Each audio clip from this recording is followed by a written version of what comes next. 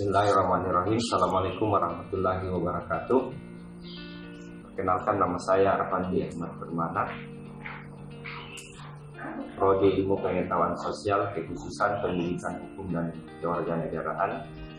Sebelumnya saya mengucapkan terima kasih kepada pembimbing saya, Bapak Dr. Muhammad Akmal M.Hum dan Bapak Dr. Imam Suyitno yang telah membimbing sehingga sampai pada presentasi proposal ini. Adapun judul yang akan saya presentasikan, konstelasi calon tunggal dalam pemilihan umum kepala daerah Kabupaten Goa kaitannya dengan konsep demokrasi. Ini yang akan saya presentasikan di bab 1 pendahuluan.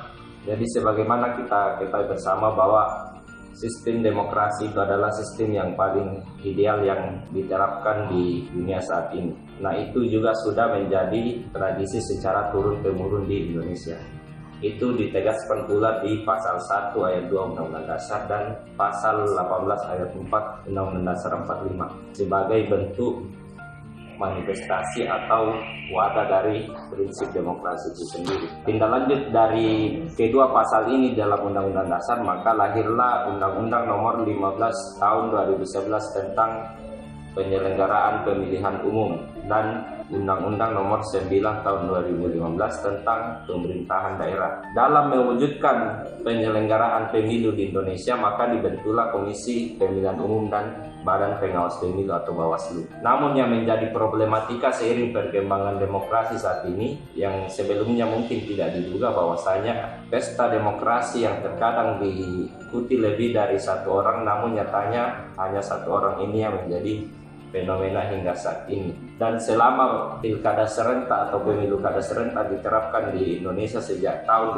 2015 hingga 2020, angka calon tunggal atau pasangan calon tunggal dalam pilkada itu cenderung mengalami peningkatan dari masa ke masa. Sehingga saya berani mengambil judul ini bahwa sebenarnya apa sih sebenarnya yang terjadi sehingga kenapa dalam pemilu kita khususnya pemilihan kepala daerah itu calon tunggal itu cenderung mengalami peningkatan, khususnya di Kabupaten Goa yang salah satu peserta pemilu kemarin itu dari 270 daerah kabupaten kota yang mengikuti pilkada serentak, ada 25 daerah kabupaten kota yang hanya diikuti oleh satu pasangan calon tunggal, termasuk Goa yang ada di Sulawesi Selatan. Kemudian adapun rumusan masalah yang saya angkat di pembahasan ini adalah yang pertama, mengapa terjadi calon tunggal bupati dan wakil bupati dalam pemilihan umum kepala daerah Kabupaten Goa tahun 2020. Dan yang kedua, bagaimana konstelasi dukungan partai politik pengusung calon tunggal bupati dan wakil bupati dalam pemilihan umum kepala daerah Kabupaten Goa tahun 2020. Dan yang ketiga, bagaimana hasil perhitungan suara dalam pemilihan umum kepala daerah Kabupaten Goa tahun 2020. Kemudian selanjutnya tujuan penelitian.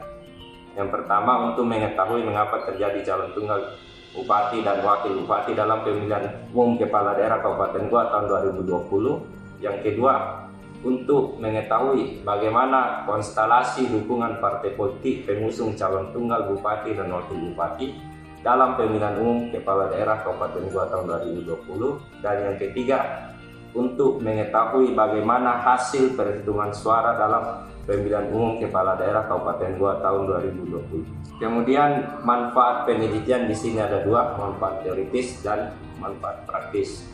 Manfaat teoritisnya diharapkan dengan adanya penelitian ini menjadi semacam sumbangsi pemikiran utamanya yang menggeluti ilmu-ilmu politik atau yang menggeluti kajian tentang pemilu atau pemilu kada.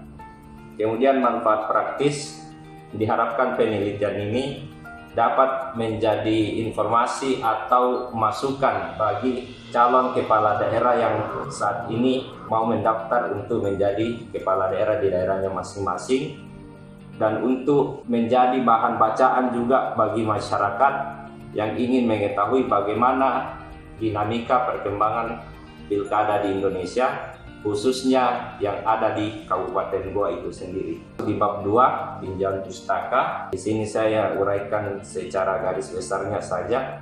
Jadi kalau kita berbicara mengenai pilkada tentu tidak terlepas dari yang namanya demokrasi. Mengapa? Karena pilkada itu adalah merupakan manifestasi atau penjewantahan daripada prinsip demokrasi itu sendiri, atau lazimnya biasa disebut pemilu atau pemilihan umum. Kemudian kita menerapkan asas ini, maka tentu ada landasan hukum yang membenarkan kenapa kita harus menerapkan sistem demokrasi ini. Jadi landasan hukumnya adalah ada di Undang-Undang Nomor 10 Tahun 2016 tentang pemilihan gubernur, bupati, dan wali kota. Tapi itu tidak serta-merta berdiri sendiri. Kenapa? Karena undang-undang ini lahir pasti ada yang mendasari. Ya, ini berawal ketika pilkada serentak pertama kali diterapkan di tahun 2015, yang mana ada 3 daerah yang hanya memiliki 1 pasangan calon. Nah, ini yang menjadi kekhawatiran.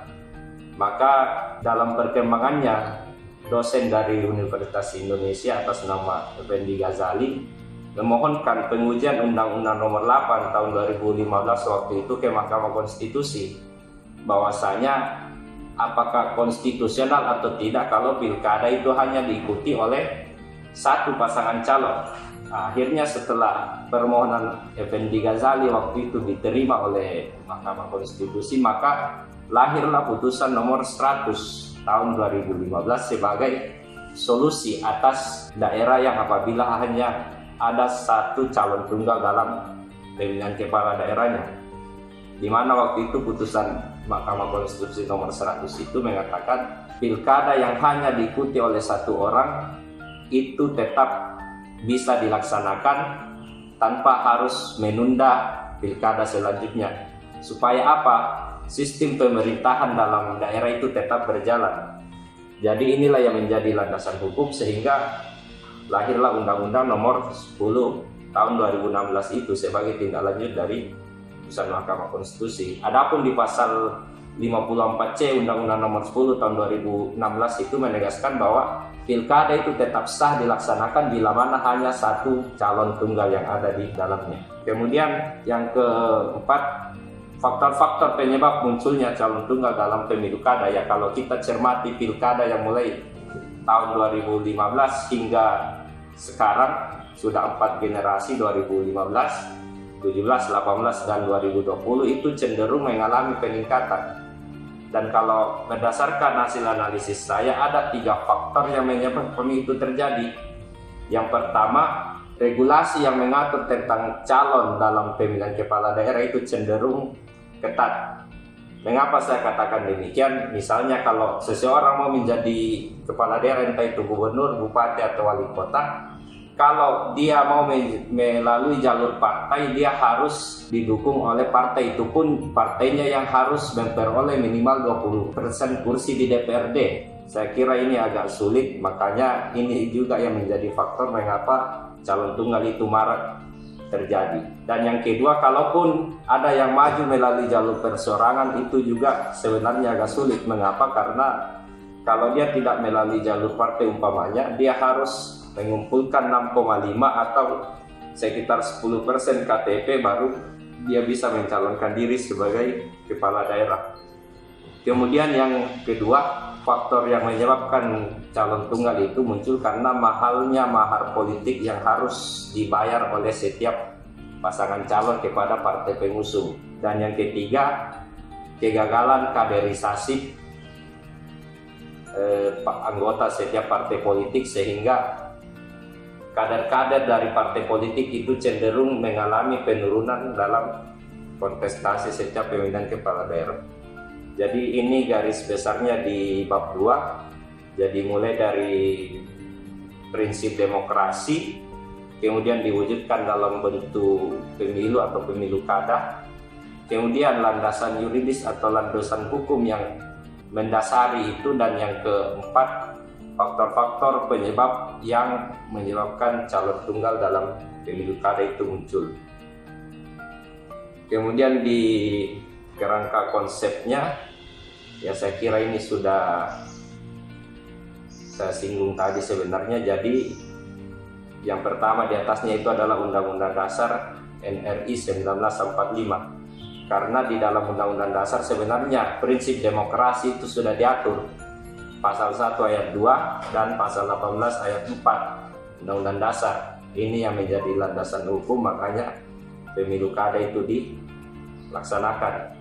Kemudian diperkuat lagi dengan adanya putusan Mahkamah Konstitusi nomor 100 tahun 2015 atas uji materil Undang-Undang nomor 8 tahun 2015 tentang pemilihan gubernur, bupati, dan wali kota.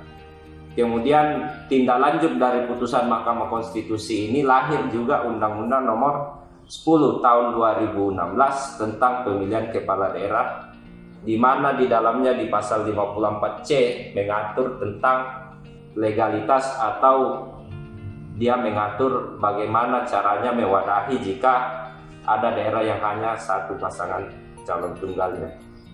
Namun yang menjadi problematika semenjak Undang-Undang nomor 10 tahun 2016 ini diterapkan, itu calon tunggal dalam pilkada itu cenderung mengalami peningkatan dari pilkada ke pilkada berikutnya, khususnya di Kabupaten Goa itu sendiri. Nah, kebetulan saya angkat yang di Kabupaten Goa ini ada 3 rumusan masalah atau hal-hal yang perlu dikaji daripada penelitian ini. Yang pertama itu penyebab terjadinya calon tunggal bupati, yang kedua bagaimana konstelasi dukungan partai politik pengusung calon tunggal, dan yang ketiga bagaimana hasil perhitungan suara dalam pemilihan umum Kabupaten Goa. Diharapkan setelah nanti mengkaji ketiga rumusan masalah ini, harapan saya sebagai peneliti, maka kedepannya diharapkan semoga terlaksananya pemilihan Kabupaten Goa yang lebih demokratis. Nah itu. Kemudian yang ketiga, ya bab 3 metodologi penelitian. Ini ada beberapa yang saya angkat. Yang pertama jenis penelitian. Jadi jenis penelitian ini adalah kualitatif deskriptif. Kemudian yang kedua waktu dan tempat penelitian. Waktunya saya rencanakan tanggal 1 sampai 30 Oktober 2021. Adapun tempat penelitiannya di Kota Sungguh Minasa, Kabupaten Goa.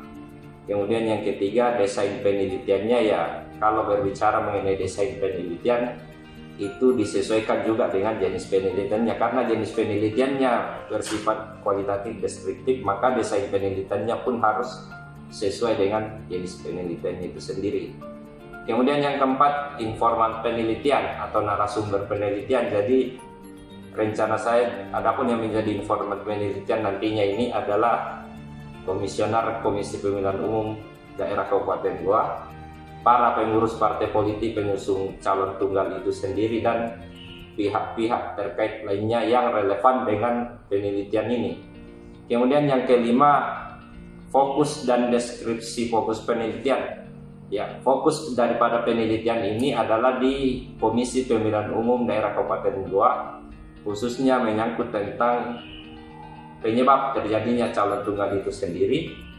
Kemudian deskripsi penelitian, ya rencananya akan dilaksanakan di Kota Sungguh Minasa dengan kurang lebih jangka waktu 1 bulan. Kemudian yang keenam, instrumen penelitian. Adapun instrumen penelitian yang akan saya gunakan yaitu pedoman wawancara, dan yang kedua catatan dokumentasi. Kemudian yang ketujuh, teknik pengumpulan data. Saya menggunakan metode wawancara dan dokumentasi. Kemudian teknik analisis data meliputi reduksi data, penyajian data, dan penarikan kesimpulan atau verifikasi. Dan yang kesembilan, teknik keabsahan data yang meliputi triangulasi sumber, triangulasi teknik, dan triangulasi waktu. Ya mungkin itu saja pemaparan singkat dari saya terkait presentasi daripada proposal seminar ini. Apabila ada hal-hal yang mungkin kurang berkenan di Bapak Ibu penguji sekalian, saya mohon maaf, lebih kurangnya mohon dimaafkan. Billahi fisabilil haq, fastabiqul khairat. Assalamualaikum warahmatullahi wabarakatuh.